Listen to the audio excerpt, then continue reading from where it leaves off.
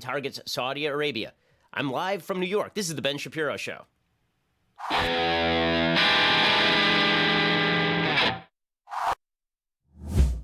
Oh, yes, we have tons to get to today. I mean, a lot of news happening over the weekend. Kavanaugh, the revenge. We get another round of this routine because the New York Times is doing amazing journalistic work in uncovering another story about Brett Kavanaugh's penis. Very, very important stuff. We'll get to that in just 1 second. First, let's talk about the fact that there seems to be an awful lot of economic insecurity, and a lot of that economic insecurity is driven by the fact that we don't know what the central banks are going to do. Right? Sometimes you have the central banks talking about lowering interest rates. Sometimes you have them talking about increasing interest rates. And all of that is having an impact on the value of the dollar and the value of other currencies. Well, one of the ways that you can hedge against central bank manipulation of currency is to actually invest in crypto or blockchain currencies. Last week, China devalued its currency and markets tanked. One consequence was that Bitcoin prices rose. It's time to seriously consider including some crypto in your portfolio. The best place to trade crypto is eToro. eToro is smart crypto trading made easy. eToro's social trading platform has over 11 million traders and facilitates over $1 trillion in trading volume per year globally. You can access the world's best cryptocurrencies. They've got 15 different coins available with low and transparent fees. You can try before you trade with a virtual portfolio with a $100,000 budget so you can see if this thing is for you. Never miss a trading trend with charts and pricing alerts. Sign up today at eToro.com/Shapiro. That's eToro.com/Shapiro. I know Bitcoin sounds scary. The fact is, all it really is a blockchain protected currency that isn't manipulable by central banks. Go check them out today at eToro.com/Shapiro, eToro.com/Shapiro. Okay, so the big story of the day is that the New York Times has a brand new breaking allegation against Brett Kavanaugh, the Supreme Court justice. And we just did this like a year ago. A year ago, as you recall, then Judge Brett Kavanaugh was on his way to confirmation on the Supreme Court when suddenly there was an allegation brought forward by Senator Dianne Feinstein, and it was leaked out, and the allegation was from Christine Blasey Ford that Brett Kavanaugh had allegedly held her down and tried to rape her back when he was 17 years old. There was no any sort of evidence. There was nothing that corroborated. There was no corroborative evidence. There was no hard evidence. She couldn't name the time. She couldn't name the date. She couldn't name the place. It didn't matter. This turned into a massive, massive story. And then the media started trying to dig up other allegations of sexual impropriety by Brett Kavanaugh, all from when he was very young. Now, Brett Kavanaugh is nearing 60s, in his mid-50s. All of this stuff supposedly happened back when he was in high school or at Yale. None of the allegations were corroborated. None of them were backed up, and none of them provided any material evidence for the allegations. Well, now the New York Times is back because there's a brand new book out about Brett Kavanaugh. It's called The Education of Brett Kavanaugh, an investigation from Robin Pogrebin and Kate Kelly, who are reporters with the Times and authors of that book. Now, they had a piece in the New York Times in their news analysis section. So not in their news section, because that would actually require some news. Their news analysis section, which allows them to basically pass off non-news as an op-ed. And they bring forward a new allegation. Now, the problem is the allegation is exceedingly vague. Well, let me read you what they have to say in the New York Times. First of all, this story is framed not in terms of news about another allegation against Brett Kavanaugh. Instead, it is framed as a story of victimhood about Deborah Ramirez. Now, you remember Deborah Ramirez. Deborah Ramirez is the lady who claimed that Brett Kavanaugh supposedly at some sort of party waved his penis in her face at Yale. There's only one problem. It was originally reported by The New Yorker by Ronan Farrow and Jane Mayer. And the story has not only no corroboration, it has no supporting evidence whatsoever. There are a bunch of questions about that original story. For example, in the story itself, it says The New Yorker has not confirmed with other eyewitnesses that Kavanaugh was even present at the party where Ramirez claimed he was. The magazine contacted several dozen classmates of Ramirez and Kavanaugh regarding the incident. Many did not respond to interview requests. Others declined to comment or said they did not attend or remember the party. The New York Times also could not find a single witness to back up her allegations. The Times, quote, had interviewed several dozen people over the past week in an attempt to corroborate her story and could find no one with firsthand knowledge. In the New Yorker story, Farrow and Mayer provided a quote from one of the main men named by Ramirez as somebody who was apparently there. One of the male classmates who Ramirez said egged on Kavanaugh denied any memory of the party. I don't think Brett would flash himself to Debbie or anyone for that matter. Asked why he thought Ramirez was making the allegation, he responded, I have no idea. A third person Ramirez claims is at the party says she was not there for the alleged incident. Ramirez apparently contacted her former classmates asking about the incident, and she admitted that she wasn't even sure that Kavanaugh was the male who exposed himself.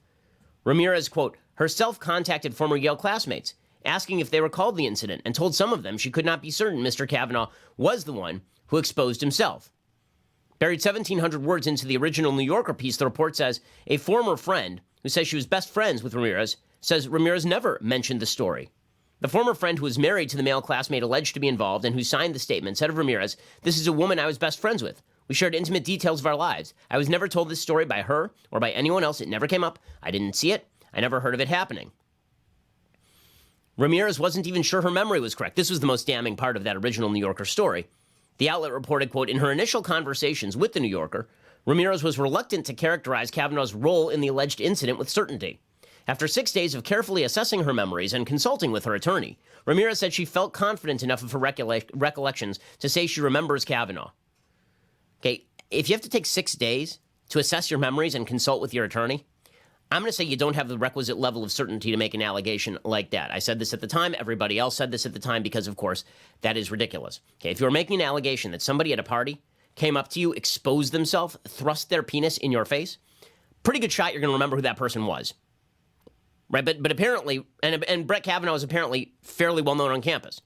But Ramirez wasn't even clear in her own mind, and then she talked with her attorney, and after 6 days of militating about it, finally she came out with the story. Okay, so that is all the backdrop to today's report in the New York Times by Pograbin and Kelly, who are trying to sell this book, The Education of Brett Kavanaugh. And again, this thing is painted not as a new revelation about Brett Kavanaugh. It is painted instead as Ramirez, she just was not socially accepted the way that Brett Kavanaugh was.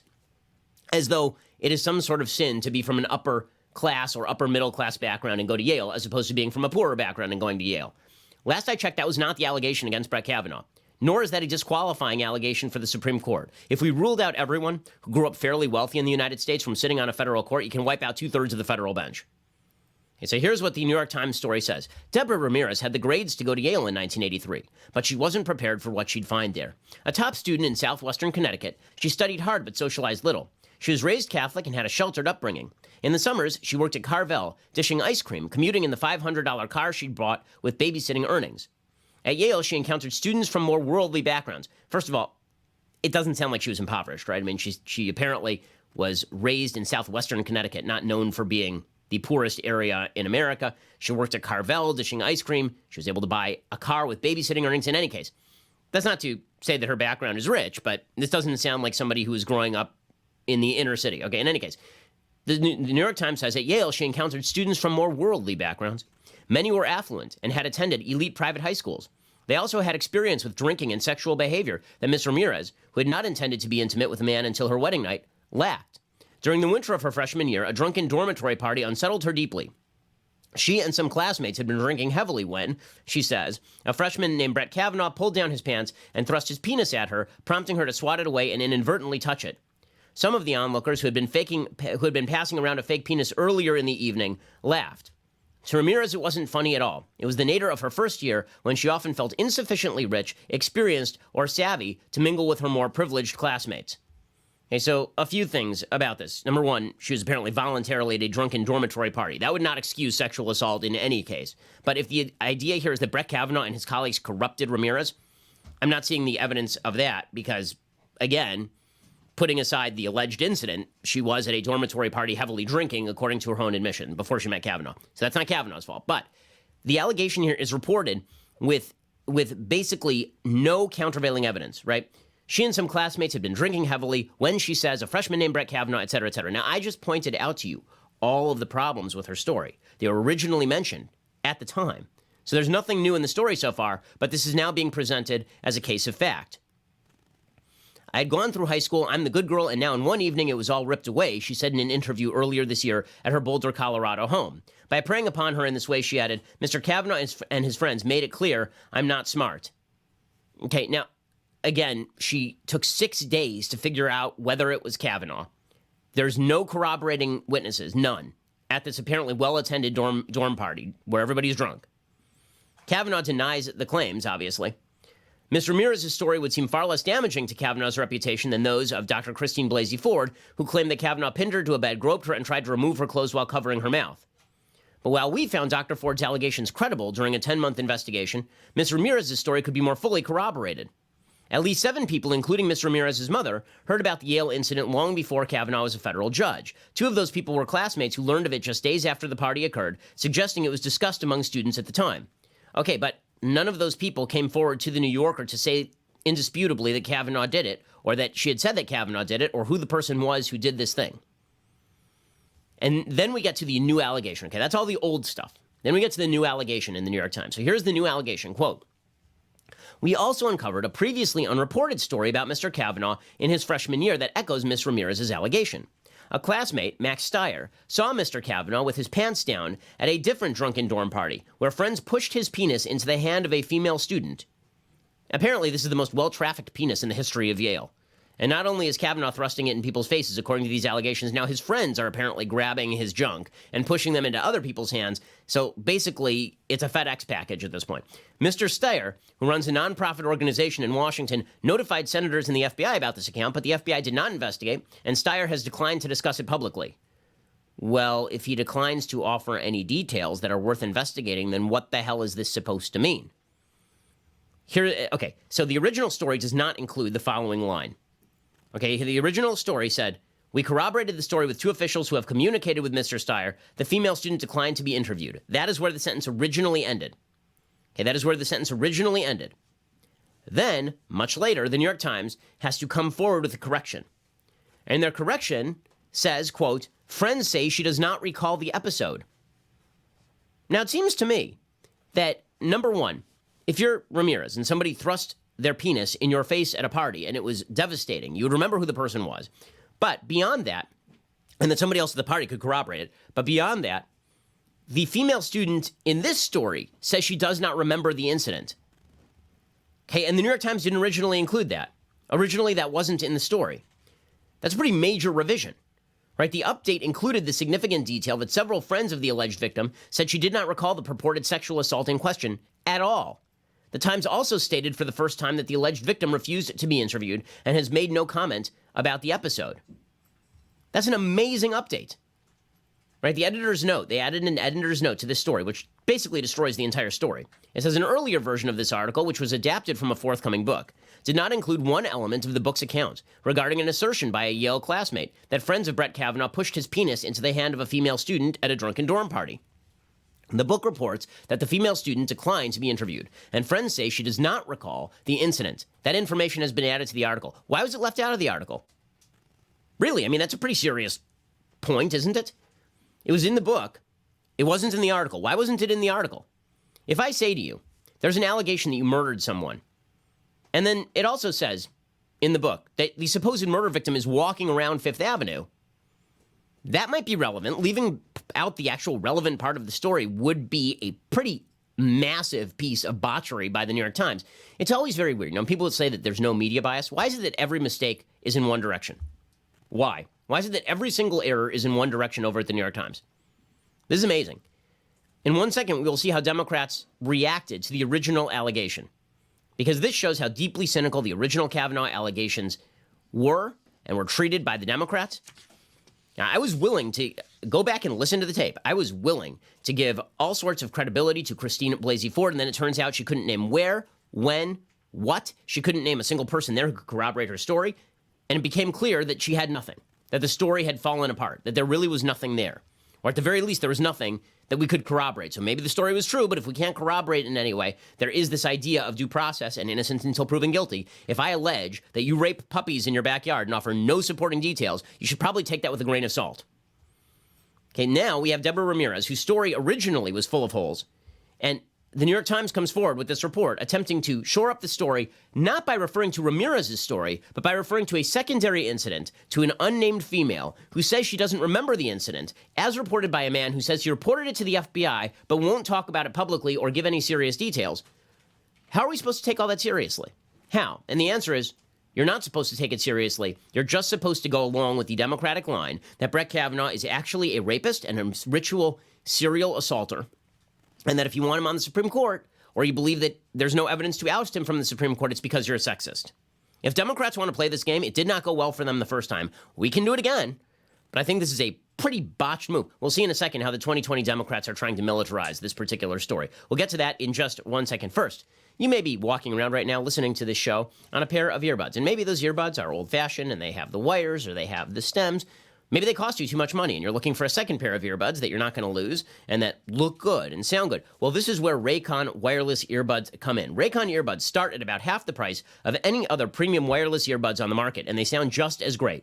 Raycon's E50 wireless earbuds have totally changed the game for me. They're incredibly comfortable, they're very easy to take anywhere, and unlike some of your other wireless options, Raycon earbuds are both stylish and discreet. They don't have the dangling wires, they don't have the stems, and of course, they don't just look great, they sound terrific as well. I love my Raycon wireless earbuds. You will too. Raycon offers their wireless earbuds for everyone in a range of fun colors at an unbeatable price. All you have to do, head on over to buyraycon.com/Ben to get 15% off your order. That's BUYRAYCON.com/Ben for 15% off Raycon wireless earbuds. If you've been eyeing a pair, now would be the time to get an incredible deal.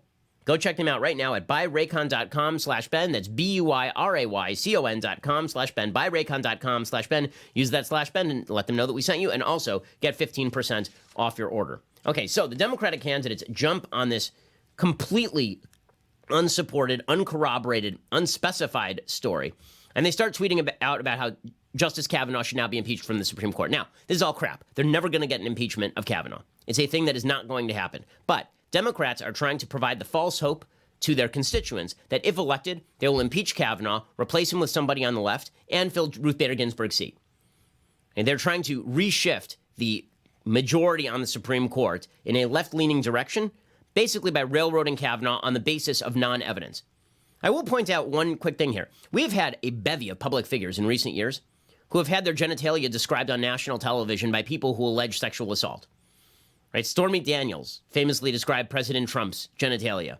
Bill Clinton's genitalia. Details of such were talked about. Nobody has yet described Kavanaugh's genitalia. Now, that's not dispositive.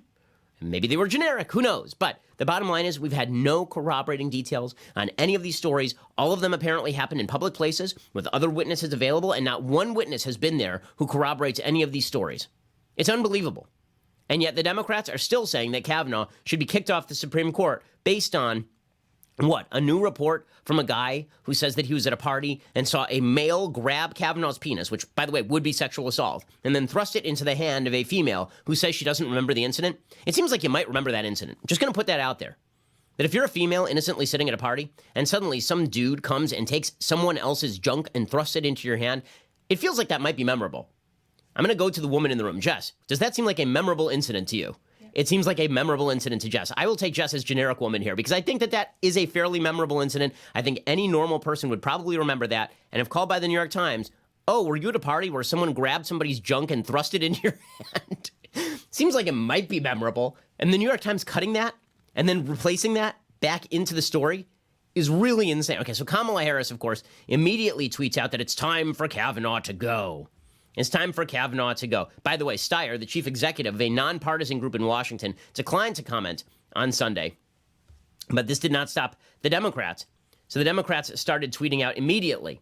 Kamala Harris says, I sat through those hearings. Brett Kavanaugh lied to the U.S. Senate and, most importantly, to the American people. He was put on the court through a sham process, and his place on the court is an insult to the pursuit of truth and justice. He must be impeached.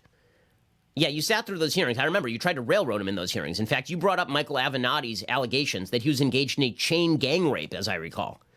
So, lady, as a prosecutor, as a duly appointed officer of the court, seems to me you don't know how to lawyer. I mean, there are a lot of allegations that she has been pretty rough in prosecution. At least the people she puts in jail have a jury trial. My God. I mean, she's out there saying that he lied. What is her evidence that he lied? Does she have any evidence that he lied? Of course not. All of this is about pandering to the base. All of it is about, if I show sufficient zealousness in pursuit of Brett Kavanaugh, then I'll win a primary. It's really disgusting.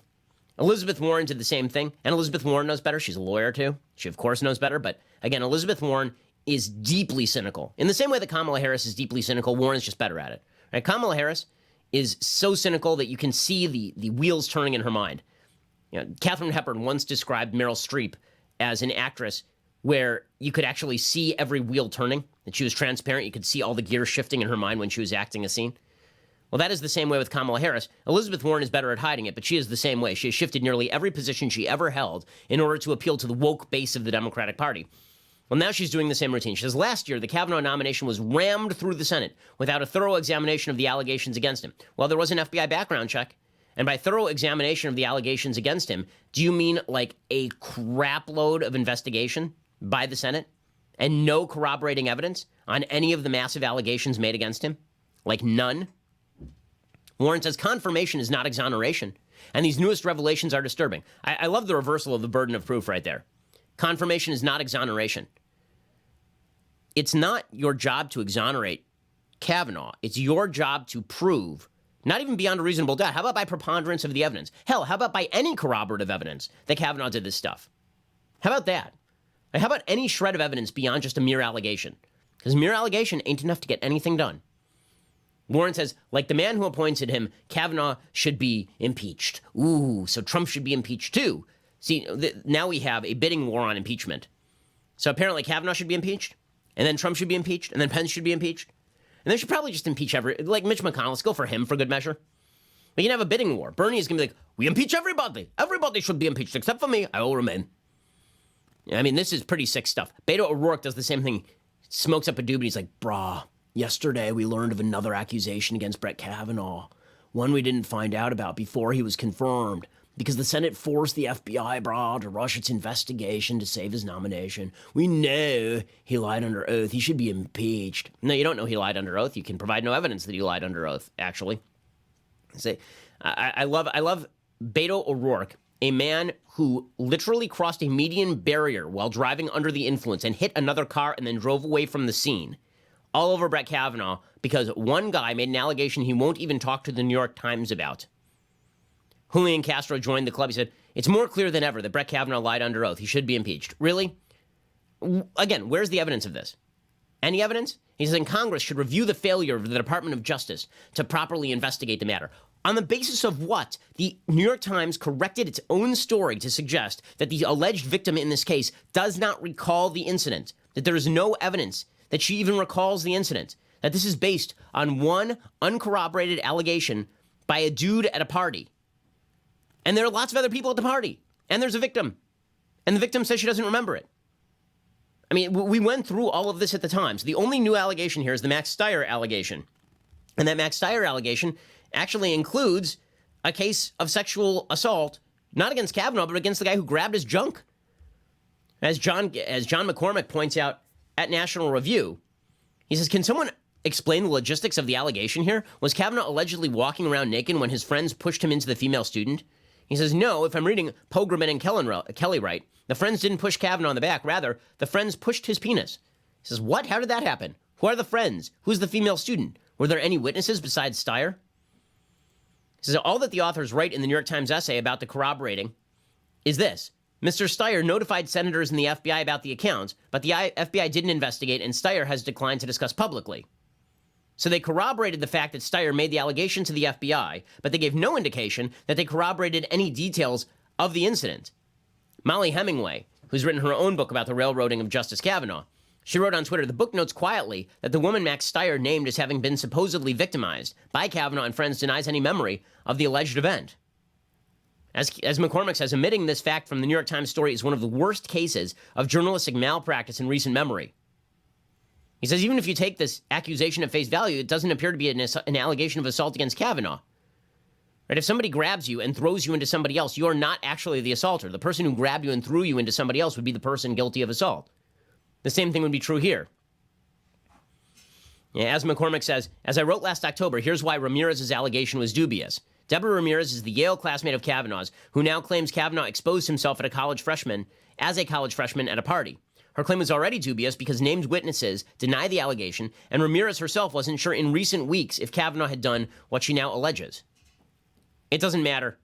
All that matters is that the Democrats are calling for Kavanaugh to be impeached, which is really it's a bunch of nonsense. Now, President Trump has responded to the allegations, and he is dead right on all of this. We'll get to that in just 1 second. First, let's talk about going to the post office. Now, I'll be honest with you. I kind of like the post office, but I'll tell you what I don't like. Spending a lot of time in line, having to schlep all my stuff down to the post office. It's a pain in the butt. So instead, I save time and I save money by using Stamps.com. Stamps.com brings all the amazing services of the U.S. Postal Office directly to your computer. Whether you're a small office sending invoices, an online seller shipping out products, or even a warehouse sending thousands of packages a day, Stamps.com can handle it all with ease. You can simply use your computer to print official U.S. postage 24/7 for any letter, any package, any class of mail, anywhere you want to send it. Once your mail is ready, you just hand it to your mail carrier or you drop it in a mailbox. It is indeed that simple. Stamps.com is a no-brainer. It saves you time. It saves you money. It's no wonder over 700,000 small businesses already use Stamps.com.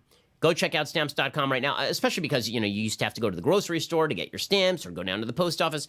No longer. Stamps.com saves you both money because the stamps are actually, you get deals on the stamps. Also, it saves you all sorts of time. Right now, my listeners get a special offer. It includes a 4-week trial plus free postage and a digital scale, no long-term commitment. Just go to Stamps.com, click on the microphone at the top of the homepage, and type in Shapiro. That is Stamps.com. Enter Shapiro. Go check them out right now. Okay, so Trump has responded to these ridiculous allegations against Kavanaugh. He tweeted out, "Now the radical left Democrats and their partner, the lamestream media, are after Brett Kavanaugh again, talking loudly of their favorite word, impeachment. He's an innocent man who has been treated horribly. Such lies about him. They want to scare him into turning liberal."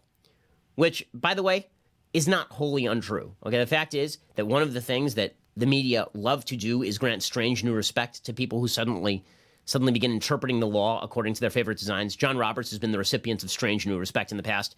You've seen other Republican justices, Republican-appointed justices, Justice Stevens, for example, Justice Kennedy, who are also hit with the strange new respect. Trump says Brett Kavanaugh should start suing people for libel, or the Justice Department should come to his rescue. Now, I'm not sure how the Justice Department will come to his rescue. Politicizing the Justice Department by having him investigate the people making the allegations, I'm not sure how that's a federal crime. He says the lies being told about him are unbelievable. That is true. He says false accusations without recrimination. When does it stop? They're trying to influence his opinions. Can't let that happen. Okay, now, again, that's not really what they're trying to do. It really is not about influencing Kavanaugh to do their bidding. It really mostly is about making the false promise to their voters that they are going to be able to get rid of Kavanaugh and then replace him with a leftist.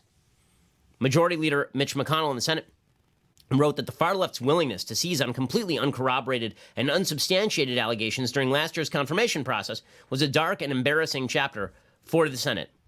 Of course, all the 2020 Democratic presidential candidates, as I mentioned, are now calling for his impeachment, despite the fact that there really is no evidence that any of this is true. Mike Davis, who was chief counsel for Senator Charles Grassley during the Kavanaugh nomination process, said that to the best of his knowledge, Grassley's office had no record of the allegation. He says, even if we did receive an allegation from Mr. Steyer, as described by the New York Times reporting, it is difficult to see how this unsubstantiated hearsay, quote-unquote corroborated by anonymous sources, involving an alleged victim who other unnamed sources said does not even remember the event, would have changed the outcome of the confirmation vote. All of this is ridiculous, and all of it is politically driven. But if Democrats want to play this game, then I guess that they can play this game. Now, it's interesting. One of the Democrats who did not go here was Joe Biden. Yeah, and this is because Joe Biden is smart enough to recognize that this dog won't hunt in a general election. But Joe Biden seems to be the only Democrat who seems at all to care about the general election. He seems like the only person in the Democratic Party who is even considering what the general election means. All the other Democrats are so busy trying to pander to the far left of the party that they are willing to put out their uncorroborated allegations to target people without any evidence that something was done wrong. It's pretty insane. And for that trouble, Biden is being ripped, of course. So Biden's great sin in the last debate was apparently that he didn't answer a question about the legacy of slavery properly. Instead, he rambled about record players and education, and it was real weird. You remember that last week he had made some suggestions about how education, because poorer kids don't hear as many words per day, they need to have record players played to them or something. It was very, very odd, and people pointed this out. And the media have gone after him for all of this. And the media do not want to see Joe Biden as the nominee because they feel that he is not radical enough. Members of the media are not interested in Joe Biden. Joe Biden is, even though he is pretty radical on policy, he's too moderate for them. They want to see a true visionary. They want to see Kamala Harris, a racial visionary, or they want to see Elizabeth Warren, a visionary, a socialistic, progressive visionary, or Bernie Sanders. They don't want anything as boring as a Biden-Trump race. That's not what they want. So instead, they're going to attack Biden on the racial issue. This dog is not going to hunt, and I'll explain why in a second, but there's no question this is where the media are going. An entire CNN panel on Sunday was devoted to the idea that Joe Biden comes from the era of racist paternalism, that somehow it's paternalistic to point out that children of single mothers who are disproportionately minority might need some help in the home. Okay, and that's not a race-based thing. That's you only have one parent there, and that does have a pretty significant impact on the education of a child. But apparently this is now racist paternalism, according to a CNN panel. It seems to me that he constantly makes these gaffes, which are out of touch with where we are today, because he comes from an era of this racist paternalism in public policy making, of how we have looked at dealing with the issues that the black community faces, which frankly come from racist public policy making. Okay, so I'm sorry, but not having fathers in the home does not come from racist public policy making. It does not. That is just silly. Okay, it's silly at this point in time. It did start with that when it came to slavery, when you were forcibly separating families. But the fact is that more children are now born out of wedlock in the United States in the black community than were born out of wedlock during slavery in the black community. That is not a result of slavery, because you can see the single motherhood levels declining in the black community dramatically all the way up to the 1950s, when only 20% of kids born in black families were born to single mothers. Now that number is more like 70%. Is that the result of racist policymaking? If so, that's a result of welfare. And the best case to be made for the increase in single motherhood in both the black and white community is that when the government comes in and pays you benefits in order not to have a father in the home, that is going to make it easier for you not to have a father in the home. But apparently, if Joe Biden points out that there are significant downsides to single motherhood, and that is true cross-culturally, then this makes him a racist. There's an article in the Washington Post to this effect today saying no record players won't solve inequality. This is an article by Michal Raz, who is the professor in public policy at the University of Rochester, suggesting that Joe Biden is, in fact, racist and paternalistic because if he points out an education gap in particular racial communities, then this is in and of itself racist. She says the mention of the word gap in response to a question about centuries of American racism reveals a broader problem. While Biden mentioned redlining and other racist practices at the beginning of his answer, he ends it with the word gap, itself a paternalistic racist idea. Well, no, a gap is a statistical anomaly. Okay, a gap is a statistical reality.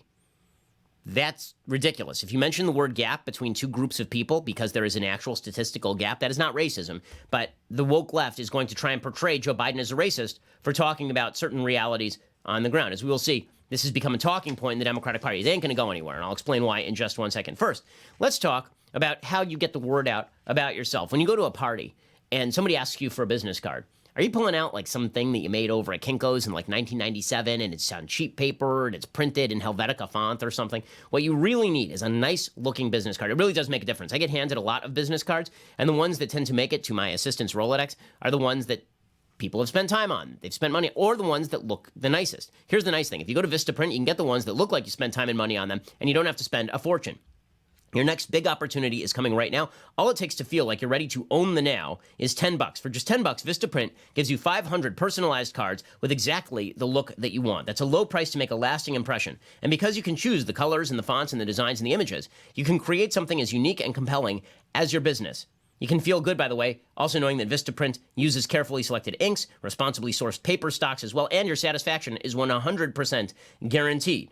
Or your money back. They'll make it right. So, I mean, that's a pretty solid deal. Vistaprint wants you to be able to own the now in any situation, which is why our listeners will get free shipping on all business cards, any style, any quantity. Just go to Vistaprint.com, enter promo code Shapiro2 for free shipping on all business cards, any style, any quantity. Limited time offer. Own the now at Vistaprint.com, promo code Shapiro2. That is promo code Shapiro, followed by the number 2. You support our show when you support our sponsors. Go check us out over at Vistaprint.com, promo code Shapiro2. Okay, in just one second, we're going to get to the continued Democratic attack on Joe Biden as some sort of racial retrograde. We'll get to that in 1 second. It's not real, but this is the line that's being pushed. First, you're going to have to go over to dailywire.com and subscribe. When you do, you get the rest of the show live. You get the rest of Andrew Klavan's show. You get the rest of Matt Walsh's show. You get the rest of Michael Knowles' show, if that's something that you want. You also get this, the very greatest in beverage vessels, when you get the annual subscription. Ooh, look at this thing. You could have, like, we actually deactivated the cloaking device just so you could see it today because we're on the road. Normally we cloak it for safety. But today, since we're in New York at one of our beautiful radio studios, you can check us out over at dailywire.com and get one of these. I mean, look at this, baby. It's fantastic. Go check that out right now. Also, when you subscribe, you are also ensuring that we can bring you the content that you know and love. The fact is that the left wants to silence opposing voices, as you see with Brett Kavanaugh, and they will go after everyone and anyone, which is why you should go subscribe right now. We're the largest, fastest growing conservative podcast and radio show in the nation.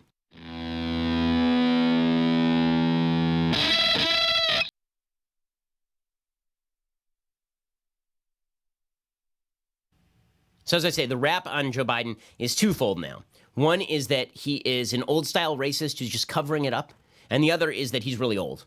I'll get to the old thing in 1 second, but the old-style racist thing, Pete Buttigieg tried to say this yesterday, woke Pete Buttigieg, who's been having some pretty significant racial problems in his hometown of South Bend, Indiana, where he's mayor. He was on CNN, and he suggests Biden gave a really bad answer on the legacy of slavery. So now, the way that you're going to become the Democratic presidential nominee is we are going to have you recite from memory portions of Howard Zinn's A People's History of the United States, a garbage piece of crap book. And if you do it properly, like Beto O'Rourke, then we all cheer like seals. Oh, it's so exciting. So Pete Buttigieg did his reading last night from Howard Zinn, and now he's very angry at Joe Biden. It was a well-intentioned answer, and it was a bad answer. The reason that we are seeing racial inequity in this country is that it was put into place on purpose. And I'm not just talking about slavery beginning 400 years ago. I'm talking about policy decisions that happened within living memory that excluded black Americans from everything from fully being able to access the GI Bill to labor protections. These have consequences. Okay, so again, this is going to be the claim. The claim is going to be that Joe Biden is insufficiently woke on race. There's only one problem. He was Barack Obama's VP for 8 years, and that goes a long way. Joe Biden gave a big speech in Birmingham, Alabama, at a church that was formerly bombed during the civil rights struggle. And here is Biden talking about racism and talking about slavery and talking about Barack Obama. We must acknowledge that there can be no realization of the American dream without grappling with the original sin of slavery. We have not relegated racism and white supremacy to the pages of history. But the greatness of this nation has always been and must continue to be that we still strive to relegate it. Okay, so that line, by the way, is a great line. Like, I actually agree with Joe Biden. There's a gap that is breaking out in the Democratic Party between Joe Biden and the rest of the Democratic Party. One is the version of history that Beto O'Rourke is pushing. America was founded in slavery. America's real founding wasn't 1776, it was 1619. And this is the version cheered on by the New York Times and CNN. And then there's the version that was actually pushed by Barack Obama, right? It actually was. Yeah, I think that Barack Obama was terrible on a lot of issues, but he never really suggested that America's foundational principles were rooted in slavery. Right? His line typically was a lot more along the lines of what Joe Biden is saying, which is that, yes, America has this dark side, right? There's the other half of the coin, but America has been striving to get rid of that for years. Now, I will say that I think Obama strayed into Howard Zinn territory a fair bit too often, saying that racism was written into the American DNA and all of this kind of stuff. But Joe Biden's line here is more appealing to a mass audience, and let's be real about this. Elizabeth Warren, Bernie Sanders, Pete Buttigieg, these are all very, very white candidates. And even when Kamala Harris tried a racial attack, it turns out that didn't work for her. Cory Booker's been trying it. It's not working. Why? Because Joe Biden was Barack Obama's vice president. So I think that this is unlikely to work on Joe Biden. Even the attempts to get Joe Biden, like there's an attempt to get Joe Biden yesterday because he told a story about facing down a razor-wielding gang leader named Corn Pop. And it was very weird. It was very weird. But it turns out that a leader of the NAACP was there and actually says that this story is true. Here's Joe Biden telling a very weird leader, a very weird story about how he was once in a real-life production of West Side Story. And Corn Pop was a bad dude, and he ran a bunch of bad boys. And I did, and back in those days, to show how things have changed, one of the things you had to use, if you used pomade in your hair, you had to wear a bathing cap. And so he was up on the board, wouldn't listen to me. I said, hey, Esther, you, off the board, or I'll come up and drag you off. Well, he came off. And he said, I'll meet you outside. He said, I'll be waiting for you. He was waiting for 3 guys in straight razors. Not a joke.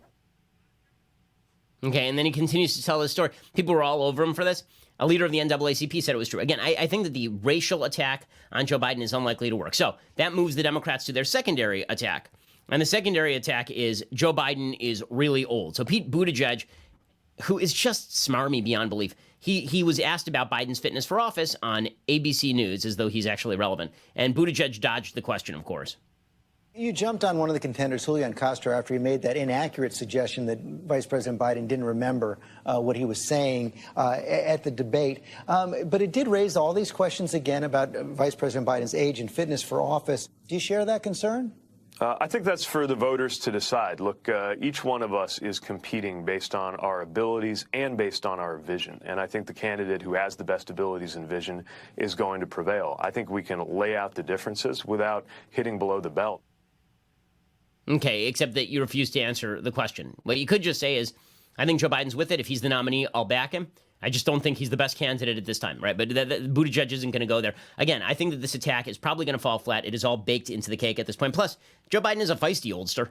I mean, that is true. I mean, he does fall asleep randomly on the street, and he drools sometimes. And, you know, he likes that early bird dinner at Denny's, but if you ask him certain questions, then he gets kind of feisty. A reporter asked him about being too old, and he threatened to wrestle him yesterday. Releasing your medical records to address concerns by...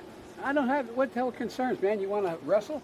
When will you release them, sir? Well, when I get the next physical. I'll release my, before there's a first vote, I'll release my medical records. There's no reason for me not to release my medical records.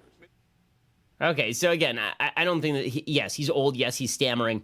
I don't think that any of this is fatal to his candidacy. Now, we'll see what the poll results have to say about the results from last week's debate. But the other Democrats are they're very weak, and I think that the attacks on Biden are particularly weak. I thought that Elizabeth Warren was going to rise above the crowd.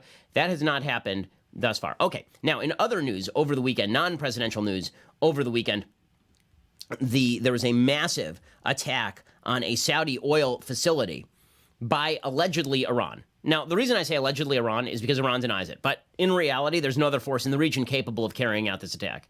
Okay, the attack was it was done by drones, apparently provided by Iran to the Houthis in Yemen, who are the Iranian-backed rebel group in Yemen. According to the Wall Street Journal, Secretary of State Mike Pompeo blamed Iran for coordinated strikes on the heart of Saudi Arabia's oil industry, saying they marked an unprecedented attack on the world's energy supply. The strikes actually shut down half of the kingdom's crude production on Saturday, potentially roiling petroleum prices and demonstrating the power of Iran's proxies. Iran-allied Houthi rebels in neighboring Yemen claimed credit for the attack, saying they sent 10 drones to strike at important facilities in Saudi Arabia's oil-rich eastern province. Pompeo said that there was actually no evidence the strikes had come from Yemen. He says they came directly from Iran. He said the United States will work with allies to ensure that energy markets remain well supplied and Iran is held accountable for its aggression.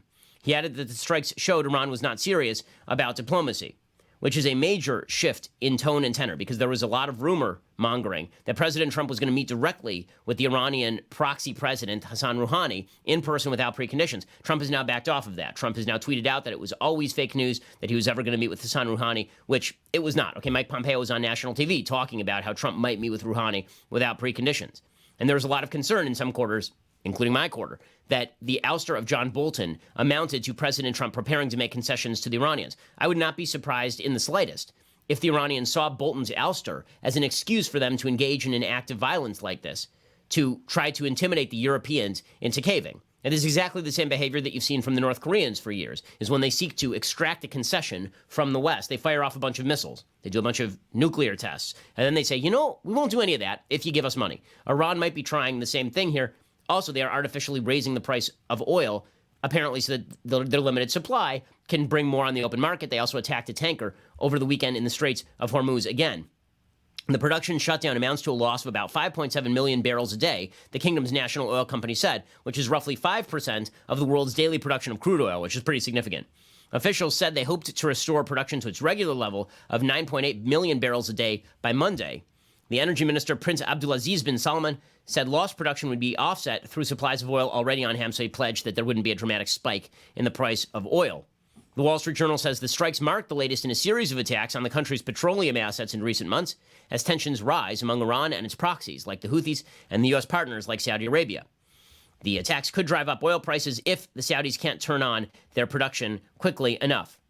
Trump called Saudi Arabia's day-to-day ruler, Crown Prince Mohammed bin Salman, on Saturday. He said the U.S. was ready to cooperate with the kingdom in supporting its security and stability. And of course, as I say, the attacks happened a few days before world leaders are set to gather in New York for the UN General Assembly. The Iranians presumably will attempt to claim that it is Trump's pressure and exit from the Iran deal that have provoked all of this.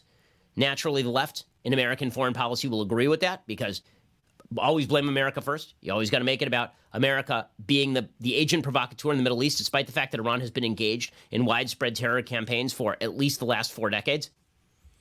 Saturday's attack was the largest yet claimed by the Houthis in terms of its overall impact on the Saudi economy. Fabian Hinz is an arms researcher at the Middlebury Institute of International Studies in Monterey, California. He said the attack has been quite surprising. He says, we've seen quite a few drone and missile attacks against Saudi infrastructure. In most cases, the actual damage has been quite minimal. Even before Pompeo tweeted about it, analysts cautioned against accepting the Houthi claim that they are the ones who did it, as opposed to the Iranians directly. Iran, of course, is denying, and then they say they're ready for war with the United States. So it's an intimidation tactic, is what this most looks like. An intimidation tactic by Iran in an attempt to extract concessions from Europe and the United States to drive a wedge between Europe and the United States with regard to Iran. If, by the way, this does create that effect, if what you see here is the Europeans siding with the Iranians, it just shows the cowardice of the Europeans, because it's perfectly obvious what the Iranians are doing here. Do you really trust a country that is bombing Saudi oil facilities to keep its commitments if we just sign them some cash? Or do you think that probably they're going to keep funding all of the groups they were funding before, except in elevated fashion? According to the Wall Street Journal, this is the big one. They called this the big one. They said the technical sophistication and audacity of Saturday's attack will linger over the energy market. Well, the truth is that this could have some pretty significant impact on world markets generally and how we allocate resources to protect those markets. And yes, we are still dependent enough on oil that we should be protecting against Iranian attacks on Saudi Arabia, just the way that we protected against Saddam Hussein invading Kuwait and attempting to invade Saudi Arabia back in the first Gulf War. The limited goal of protecting America's oil supply, that does have a massive impact on the global economy, and allowing Iran concessions so that Iran can go forward and participate in terror is an insane, insane policy. Again, I think that what you're seeing is the Trump administration come around to that. Iran, ironically, actually just cut in favor of John Bolton's position with their increased violence. There's one thing that Trump doesn't like, and that's being pushed into a corner. Nobody pushes baby into a corner. President Trump is not interested in being pushed around by the Iranians. Their best move here would have been to keep quiet, just the way that the North Koreans were keeping quiet for a while, and then try to engage in personal diplomacy with President Trump. But apparently they needed cover with their own people for any sort of meeting. Right? There are a lot of analysts today who are suggesting that basically Iran engaged in these acts of violence so that they can then engage in negotiations while telling their domestic audience that they are standing up to the United States. But there's one problem. Trump ain't going to sit down if you're punching him in the face at the same time. President Trump does not like being humiliated on the public stage, and he sees this as an attack on his prestige and on his willingness to take a strong stand. So this is a pretty major mistake, I think, by the Iranians. Meanwhile, over in Israel, it is 48 hours to the Israeli election. The media are doing their damnedest to get rid of Benjamin Netanyahu. They're trying to claim that Netanyahu is a fascist. He is not. He's been elected a bajillion times. He is not in any way encroached on democracy in the state of Israel. The media continue to operate fully and freely and openly. There's a long article, a terrible article in the Washington Post today suggesting that Israel is part of the decline of the liberal order, which is insane. Israel is the only liberal country in the Middle East. The contention is that because Israel is trying to navigate the world of international politics by making friends with illiberal states like Saudi Arabia and Hungary, that somehow this amounts to Netanyahu giving into fascism. Well, why don't you provide him an alternative by, let's say, France not being anti-Semitic, or Germany not being anti-Semitic, or Britain not making way for Jeremy Corbyn?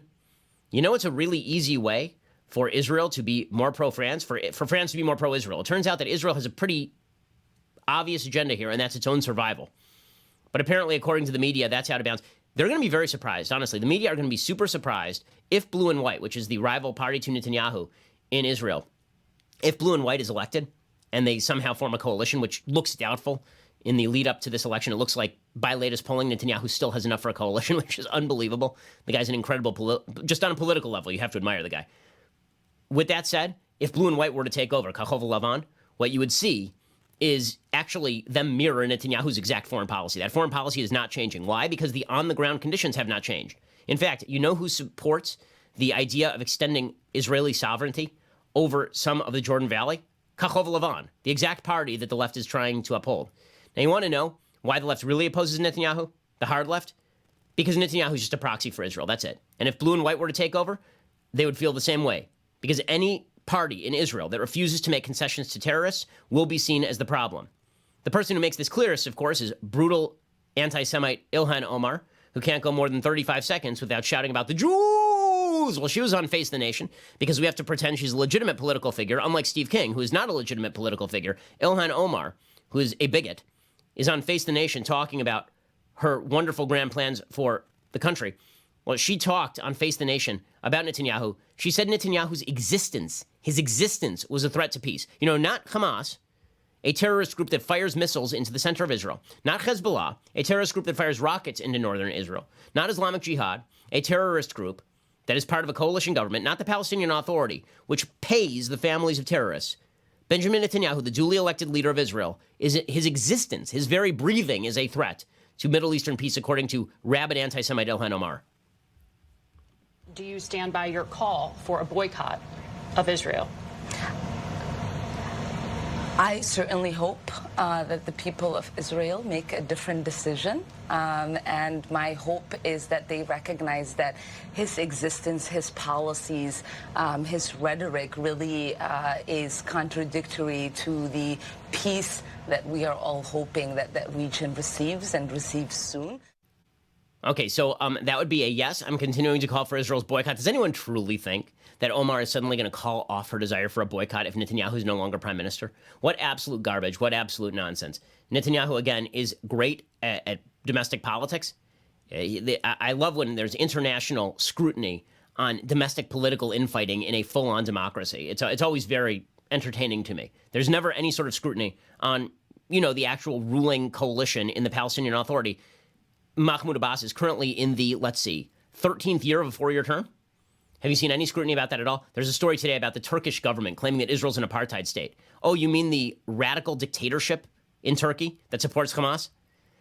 The media's coverage of Israel is always wild and insane and biased. The fact is, there is wide consensus in Israeli society on foreign policy, and I think the world will be shocked to learn that that consensus is not driven, in fact, by Bibi Netanyahu and his cruel, cruel view of the world. It's driven by actual circumstance, namely that the supposed partners in peace over there are actual terrorists. Okay, coming up, we'll do a quick thing I like, and then we'll do some things that I hate. So, things that I like. So my boy Andrew Yang, I thought, said something that was quite classy over the weekend. So Andrew Yang was asked about this guy who was on SNL. And this person on SNL, apparently in some old tape, he used some racial slurs about Asians. And he suggested that he made some racist jokes about the Chinese. According to the New York Times, he made racist remarks mocking Chinese people, used a racial slur in a podcast episode last year. He then apologized on Twitter for it. Apparently, the conversation began with a discussion about Chinatown, and Gillis said, I'd like to go down there and be like, what are you guys doing here? Get those ducks out of that window. And then later, Gillis mocked a Chinese boy who he described as practicing his English, said we had to move tables. It was so annoying. That's more annoying than any other minority playing music at a restaurant loud on their phone. And then he said nice racism, like walking it back and making a joke about his own racial joke. Okay, so then he apologized for it.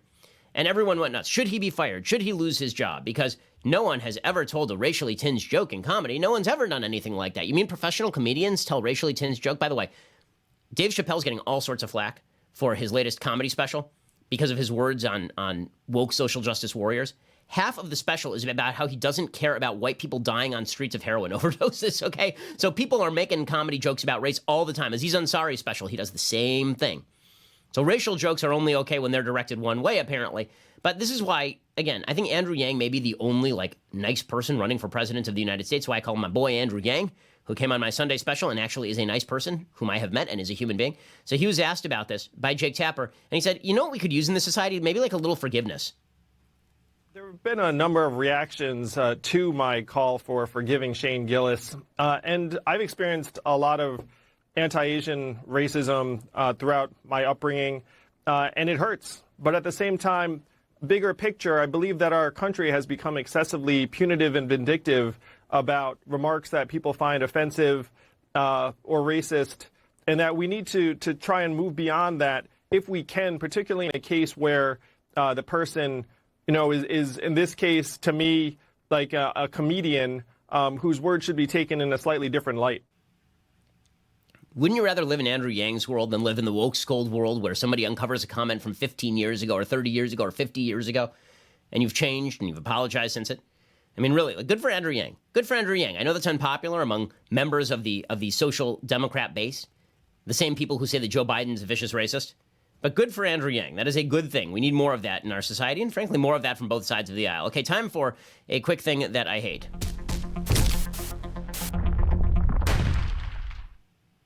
So last week, you will recall, there was a big controversy that broke out over an ad that ran during the Democratic debate in particular markets. It was an ad from a group, I think it's called New Minority PAC, and it was an ad directed against socialism by a Cambodian woman.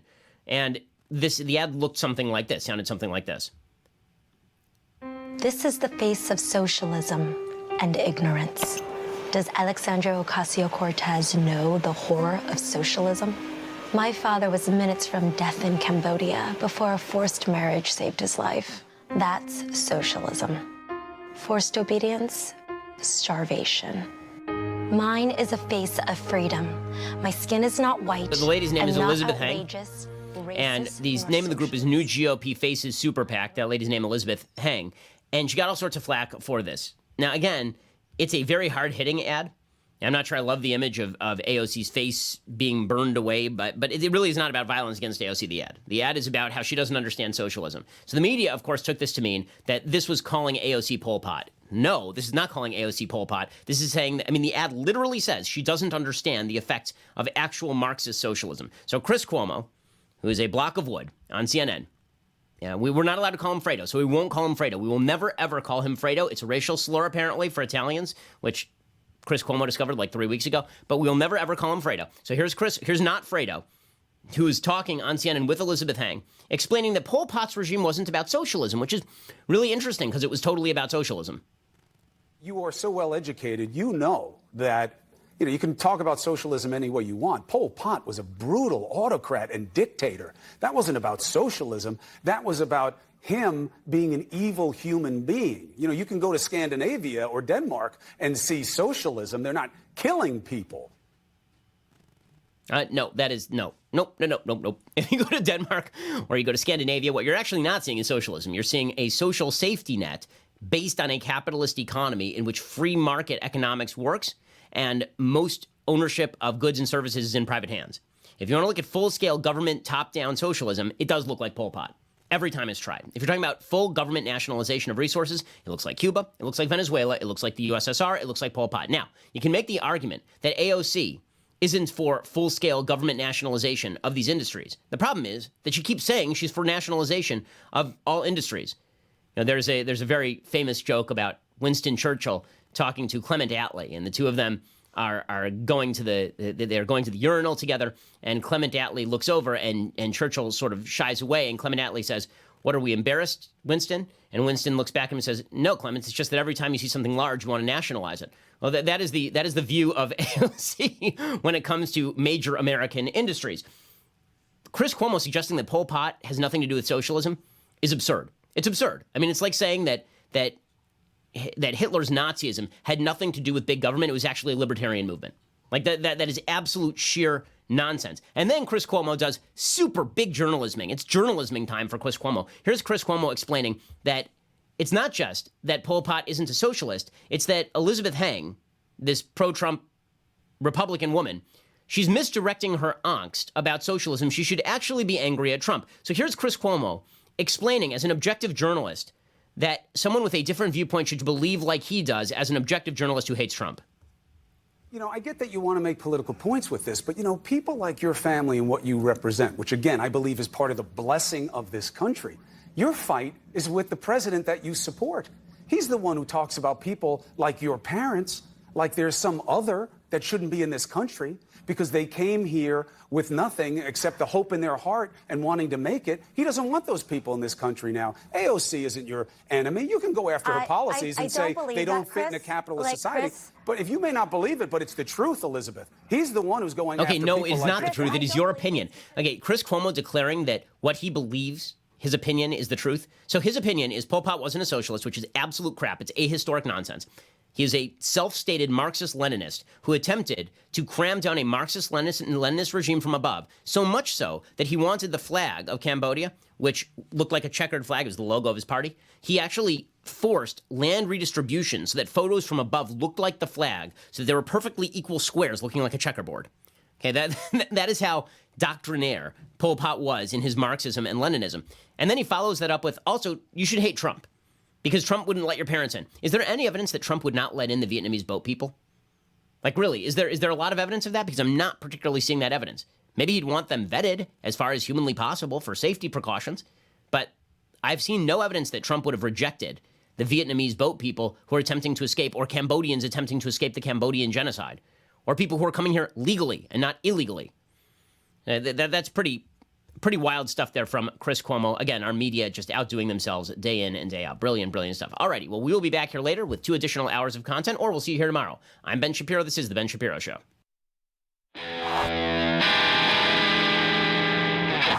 The Ben Shapiro Show is produced by Robert Sterling, directed by Mike Joyner, executive producer Jeremy Boring, senior producer Jonathan Hay.